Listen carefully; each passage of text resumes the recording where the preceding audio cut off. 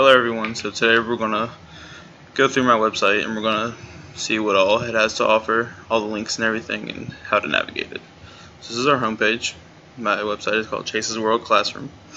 And then right down here, the tech blog leads you to my tech blog, where I have all of my reflections on all of my personal learning network assignments. And then if we go back, down here, if anyone needs to get in contact with me, this will bring you to this web page. It's untitled, but at the top it'll bring you to show my email in case anyone needs to get in contact with me. Alright, so click over on the biography. It's going to give you a brief history about who I am and what I'm trying to do with this class. Then you go over to resources, and this is going to be all my resources for everything educational. Institute for Excellence in Writing is a good place for kids to learn how to write, especially if they're homeschooled, or even just if kids just need some background help from school.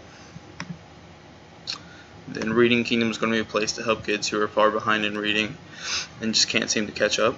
It's a really good website, really nice and easy to use. Then ERLC is a really good place for kids who are struggling with math. Alright, so then we're going to go over to Fun Learning. And Fun Brain is pretty much just a place where there's educational games for kids, something to keep them active and attentive, kind of give them a little break from typical education, just kind of a good way to disguise educating for all kids. Then also we have National Geographic Kids, which is a really good place for kids to learn about the environment around them and the animals in their ecosystem and everything like that. Alright. So this is my teacher's choice page, and I chose to do it on kids conservation. So basically I have 3 websites listed that are really good and educational for kids about the animals and the world around them. So the first one is davidsuzuki.org. And so basically what this one is it just shows a whole bunch of projects that people are deciding to work on about nature and the world around them, such as like the issues with pesticides and stuff like that. And then this other link right here is Kids National Geographic again.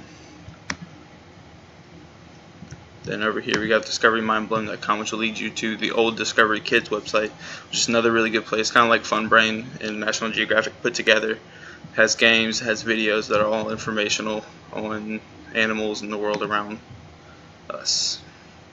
So we come over to Tech Projects and we go down to our digital story, and I chose to do mine on ocean conservation, and this will bring you to my YouTube website. And then go to PLE and PLN. So this is going to be my site about personal learning environments, personal learning networks.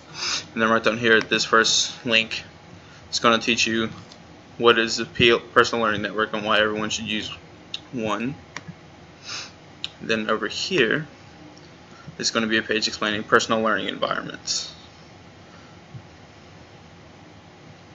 Good deal. So then right down here we're going to have our table, and these are going to be all of my reflections on blogs, curation tools, microblogs, and webinars, and basically these are going to lead you to my tech blog. Give me a second. Okay. So there's the first one for blogs. And then here's the one for curation tools. And if you ever need to access these quickly, you can just scroll down to the bottom and click on my tech blog link. This is my one for my microblog. Okay. So we go down to mobile app, and this is where I did my mobile app presentation on Kahoot. Kahoot's a really nice website, really easy to use. And as you can see here, you can access the slide from inside of the app. And then right down here on the screencast is just where this video is going to be displayed once it's posted to show you how to navigate the website. And we're